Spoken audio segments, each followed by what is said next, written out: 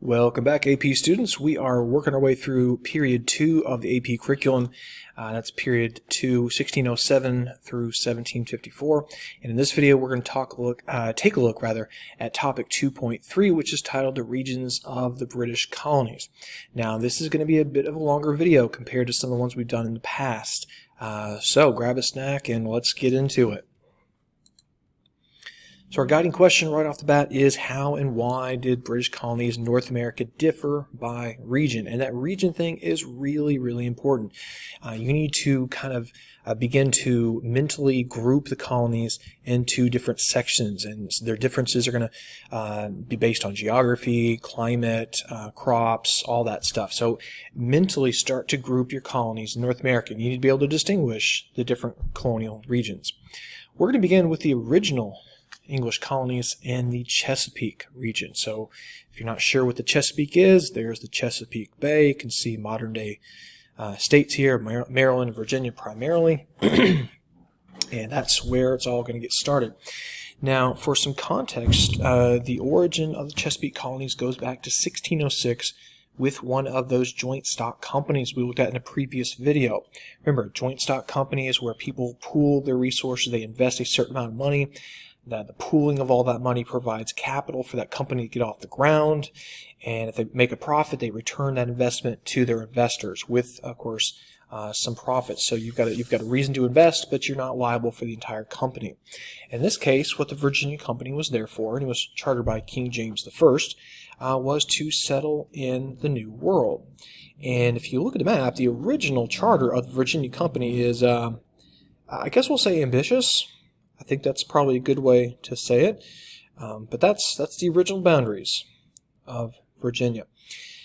The day it all gets started is May 24th, 1607. About 100 English settlers arrive, and they established a settlement we call now Jamestown. It's right there on the also named James River. So if you are from Virginia or you've traveled to Virginia, you may be familiar with where Richmond is, for example, or maybe you've been to Williamsburg or something.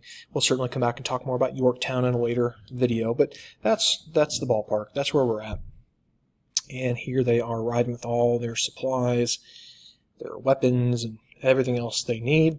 And of course, you have the Native Americans watching all this, I'm sure, not quite sure what's going on with all these strange new people. And they certainly look like they're going to be hanging around for a while.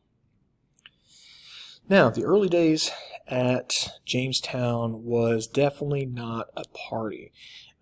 The gentlemen from the upper class who arrived didn't like doing any manual labor. In fact, did very little of it, and thought that the lower classes should be getting their hands dirty.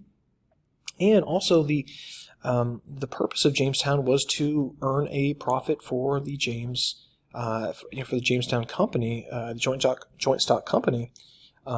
Of the Virginia Company, and so they weren't really interested in building a lot of farms and doing a lot of extensive preparation for the long term. It was more about, hey, can we find some gold? And so they're out looking around for gold, not really preparing for the long days of the winter and all that stuff. And so those early years were rough. Lots of disease, lots of death, lots of starvation and malnutrition, just an absolute misery. And then along comes John Smith, a name you might be familiar with. You might also, of course, know Pocahontas over here. And when John Smith took over Jamestown, he changed how the colony worked. He came up with this famous rule: "He who shall not work shall not eat." In other words, if you're not working, you're not eating. So if those gentlemen and all that stuff, they're going to have to go get a shovel and start working. Pocahontas, for her role, was served as kind of a go-between, intermediary, in other words, between Native Americans, the Powhatan Native Americans around Jamestown, and the Jamestown settlers. So after those rocky first couple of years, Jamestown does eventually begin to kind of take off. And you can see here it is by 1614. There's the original fort, and you can see how the settlements now started to spread out a little bit along the James River. However, things were not great still. The Chesapeake colonies were notoriously rough places. They were a place where life expectancy was not high. In fact, if you look at the graph over here, basically, if you had moved from England to the Chesapeake, statistically speaking, you're carving about 5 years off your life. Okay, and the people who are moving to Chesapeake largely were young males. Okay, you can maybe 20 years old, 18 years old, whatever. They're out there trying to make a go of it in this new colony. What saves Jamestown ultimately is not finding gold, because they never did. Rather, it was tobacco.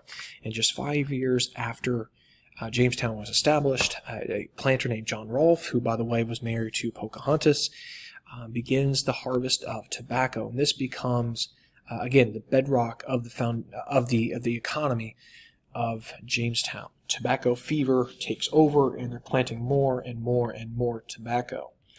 Which brings us to a basic economic problem. If everyone's planting tobacco, what's going to happen to the price of tobacco? And the answer, of course, is prices are going to plummet. And you can see that on the chart. So prices were high, and then they just drop because everyone's growing more and more tobacco. Now, speaking of tobacco, it's a very, very labor-intensive crop to grow. There's lots of different steps you have to go through to have a successful product.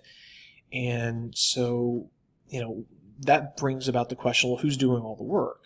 Well, initially it was done primarily by young male indentured servants. So we'll talk more about indentured servitude later.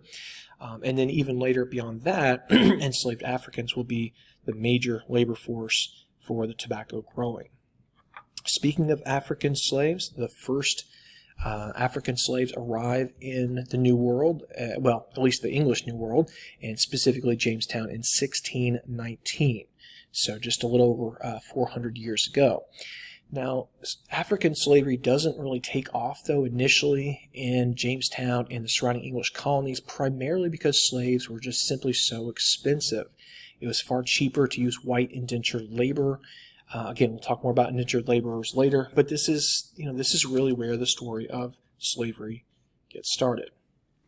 All right. Well, speaking of those indentured servants, the way this works is, as one of these servants, you sign an indenture. And an indenture is basically just a contract. Okay? It's an agreement between two parties. And I, the laborer, am going to agree to work for you for, say, 5, 6, 7 years.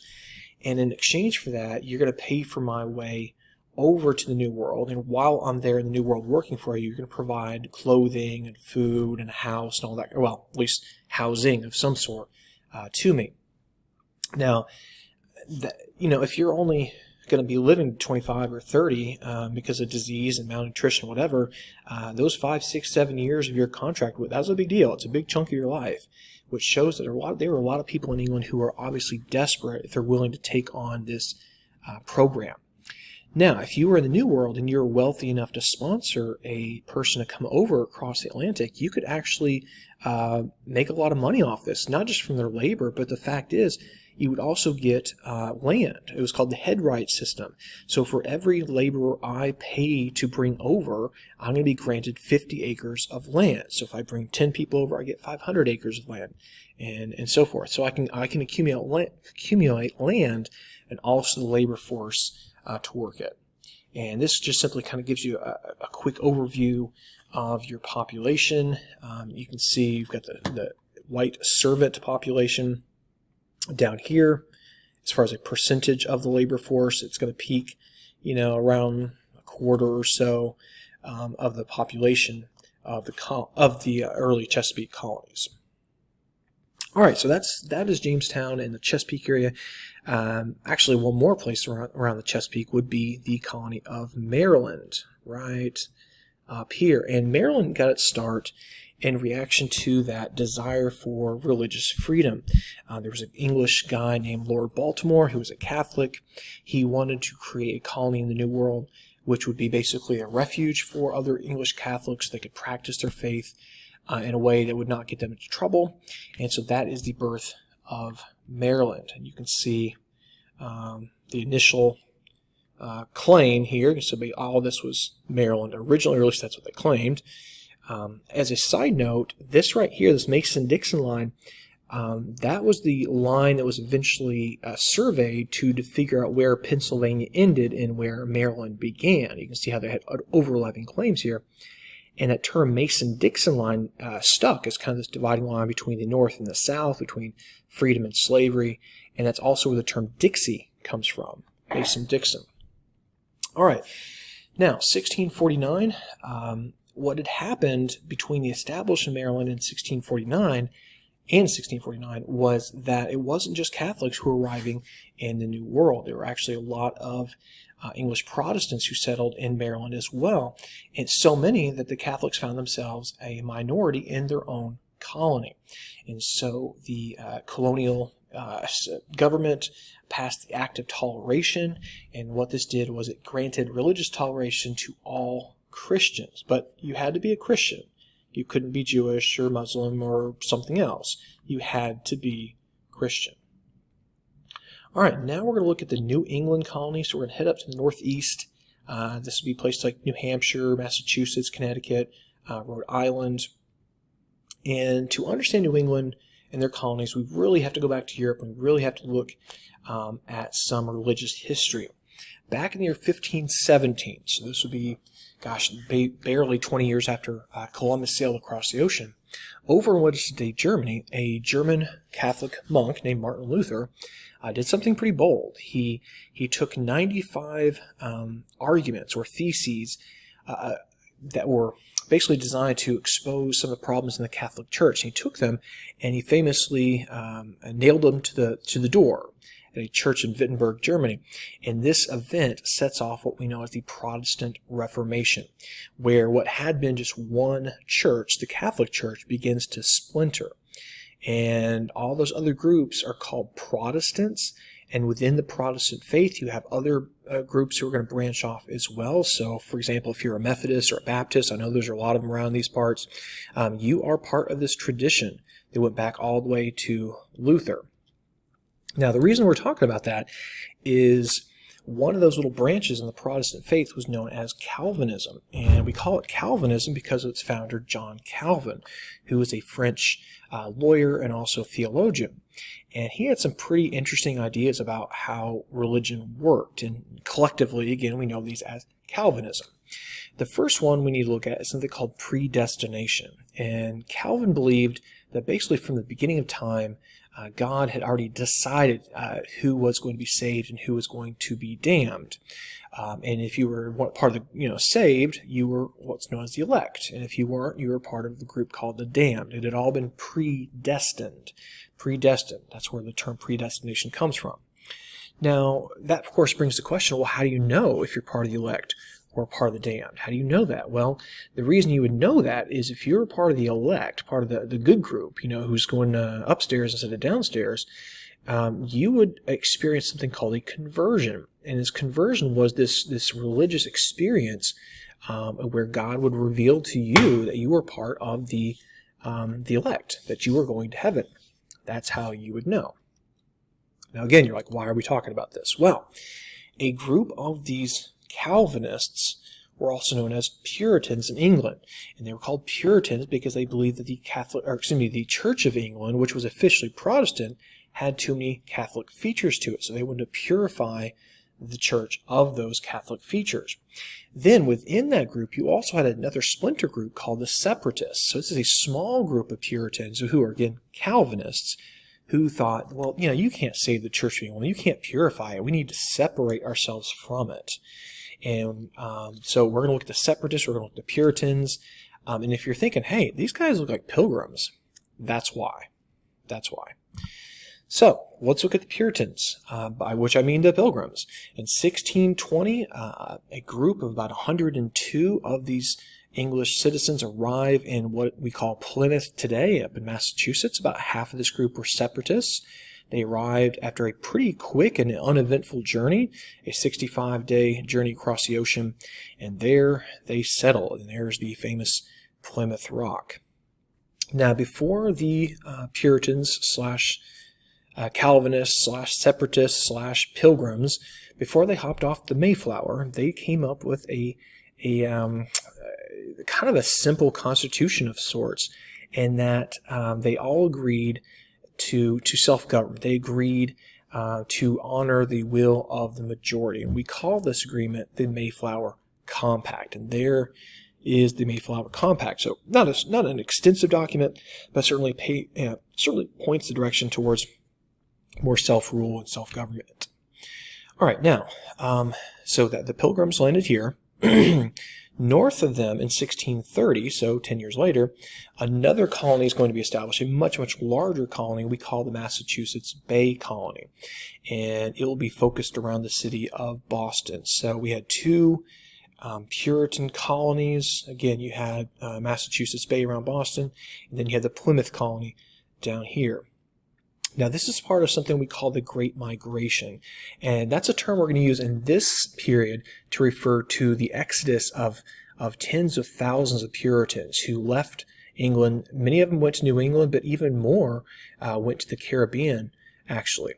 The term Great Migration, we will use that later in the 20th century, and it will mean something very, very different, but that term Great Migration, keep it in the back of your mind. You'll hear it again. Now, as I mentioned earlier in a video, in New England, in the English colonies, things were a little different than, say, a French colony or a Spanish colony or a Dutch colony. The Puritans and New Englanders, they tended to migrate over as communities, as families, and they tended to have a very solid sense of themselves as a community. They tended to get married very early, and they tended to have lots of kids, and their population grew. And not only was their population growing, their life expectancy was growing. So we looked at the Chesapeake, it was all swampy and disease-ridden, what have you. Not New England. You're actually, statistically speaking, adding about 10 years onto your life by going from England to New England. And you can see, again, the population, white population here of the New England colonies just taking off, skyrocketing. So again, tight-knit communities, New Englanders, really was focused on a common culture. You know, most New Englanders were Puritan. Most of them came over from towns in England. In fact, sometimes they migrated as entire communities. So, like, they already knew each other from the old country, anyways. And the New England colonies did very well, economically speaking. They did a mix of agriculture. They also did a mix of trade. And this is kind of your typical run-of-the-mill colonial town in New England somewhere. And you can see the features. You've got the village green where people can meet and they can trade. You've got the church because religion was, really the bedrock of the community. You've got a school. So New Englanders were much better educated than, say, colonists in the Chesapeake, for example. Farms all around. You've got a mill for your flour and all that stuff. So these were pretty self-sustaining, largely self-sufficient communities. All right, what about the middle colonies? Well, the middle colonies would be places like New York, Pennsylvania, New Jersey, and Delaware. And as we talked about in a previous unit, we already know where New York came from. It was originally a Dutch colony called Netherland. It was settled in 1623. But then what happens is in 1664, the British take that colony from the Dutch, and they renamed the colony from New Netherland to New York. And that was a reference to the Duke of York, who was the brother of the English king at the time. He'll later become king himself as James II, and then he'll also be overthrown. It's something we'll look at a little bit later called the Glorious Revolution. What about Pennsylvania? Well, the Pennsylvania colony, of course, is famous for William Penn, and it's also famous for its Quakers. So what in the world is a Quaker? Well, a Quaker, he or she is a Protestant. This is a movement that started in the middle of the 1600s. It's a group that believes that the Church of England was not the true church, and therefore they refused to pay taxes to support the Church of England. They refused to take oaths. They refused to fight in war. They were pacifists. They also refused to have slaves. They were against slavery. So the Quakers were a pretty peaceful, pretty cool people, and the most famous of these was William Penn. You didn't hear that. In 1681, what happens is William Penn was given a land grant by the king. Basically, the king of England owed a bunch of money to William Penn. He's like, okay, I'm not going to pay you with money, but I'll pay you with land in the New World. And so the name Pennsylvania takes off. Pennsylvania, by the way, means Penn's Woods. Now, Pennsylvania was a pretty unique colony in that, as I said earlier, there's no slavery that's going to happen there. There's going to be freedom of worship. So, hey, if you want to be a Catholic, be a Catholic. If you want to be a Puritan, you want to be a Quaker, whatever. You do you. They also purchased instead of took land from the natives. So a very pretty upbeat, pretty modern colony there in Pennsylvania. Now, collectively, the middle colonies were very economically productive. Mild climate, good soils, access to the sea, lots of rivers. I mean, they were just they really were built for prosperity. And they were known as the so-called bread colonies. And I'm missing some quotation marks there. I'll fix that later. And the bread colonies gets its name because they were producing so many crops, so many cereal crops, lots of wheat and other, oats or whatever. And this was a big source of food, not just for the colonies in America, but also, of course, the English over in the Old World. And so we're going to see a huge movement of people into Pennsylvania, into New York, and the other middle colonies. So it turns out the middle colonies will be a pretty religious and ethnic diverse group. All right, let's finish up by looking at the southern colonies. That would be the Carolinas and Georgia. So Carolina originally was just one colony, and then later they're going to split into North and South. They were founded in 1670. Now, let's look at South Carolina first. In South Carolina, if you've ever been there, it's warm, it's a pretty humid climate, long growing season, and it turned out to be a really good place for plantation farming. Now, when you think of plantation, you're probably thinking ahead to something like a cotton plantation, but that was not really on the radar yet. Instead, most of the plantations in the Carolina area were based on growing things like rice. And the reason they're growing a lot of rice is so they can export that rice to the British West Indies, because they have a lot of slave labor down there. They need to be fed. So the slaves of the West Indies were fed by the rice from Carolina.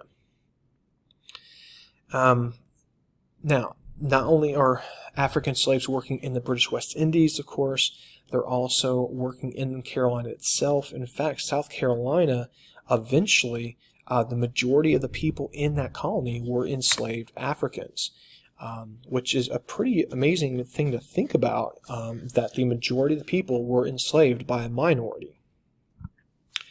Now, Georgia.